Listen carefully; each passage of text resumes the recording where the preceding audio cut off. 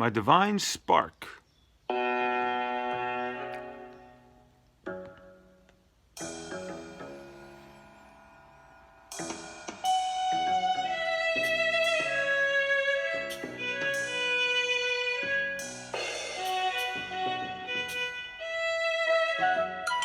I'm just a stack of bones, tentatively and precariously held together by straps of ligaments. We were never meant to walk upright, and here we are, wearing out our hips, blowing out our knees year after year.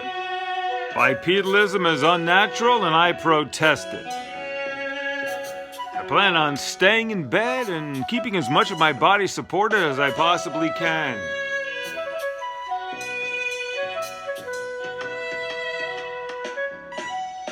And I invite you to jump into bed with me and use my body as your pillow and do with me what you will. I will keep you warm and provide you with mild thrills from time to time. That is my promise and my vow. Will you have me as your lawfully wedded mattress? I'm running a copper wire from a spike in the ground outside my window to my navel. My body is earthing.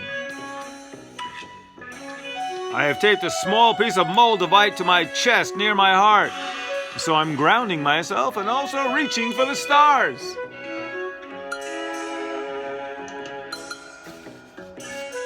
I'd like to make a living in the world of the absurd and the nonsensical. Yet I'd also like to make a small, substantial contribution to mankind.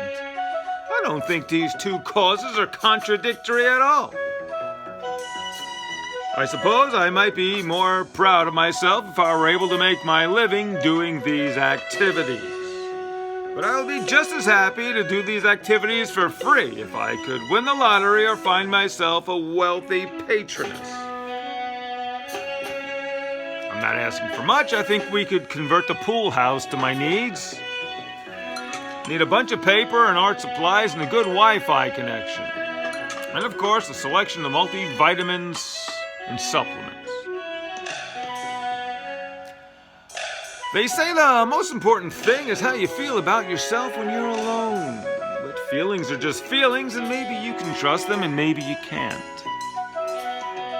And somehow they're just electronic signals bouncing around the inside of your brain, being affected by chemicals and hormones, which are probably being affected by the foods you eat and the local barometric pressure, which no one ever talks about.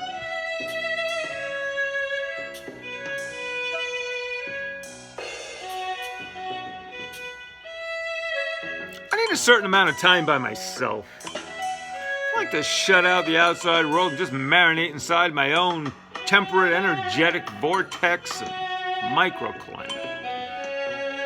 I don't really believe in drugs, but I frequently think that this would be the perfect opportunity and the perfect time to add to my experience by medicating myself by administering exogenous mind-altering substances. But I also believe in the power of silence and meditation.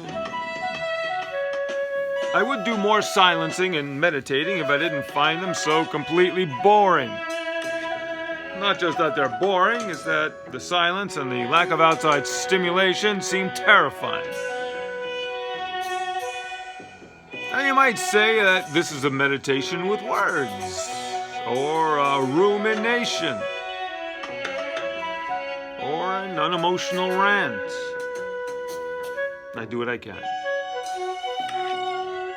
If I somehow snip my tether to this space-time moment when I flow up or float down, or would I remain exactly where I am and what I am? I'm the star child floating above the earth, a satellite of my true self, which is a little spark of the divine that exists somewhere up my behind, like a polyp. My gastroenterologist told me he passed by a hard and shiny object when he was doing my colonoscopy last week. It was a blinding flash. And he thought it was an anomaly in the equipment. I said, "Don't worry, that was my divine spark. I hope you didn't cut it out." And he said, "Well, I wish you had mentioned that before I went in. So apparently he took it out and had it mounted in a ring and proposed to his underage Amish girlfriend with it. Of course she couldn't refuse because the divine spark is irresistible. He told me I could spend the wedding night with her, and I thought it was very kind and only fitting. I'm going to attempt to coax my little Mennonite honey into a paroxysm of multiple orgasms and then steal my divine spark back and travel out of town by horse and buggy. I've been growing out my beard for just such a moment as this. And you know how I like hats. I have a good feeling about it.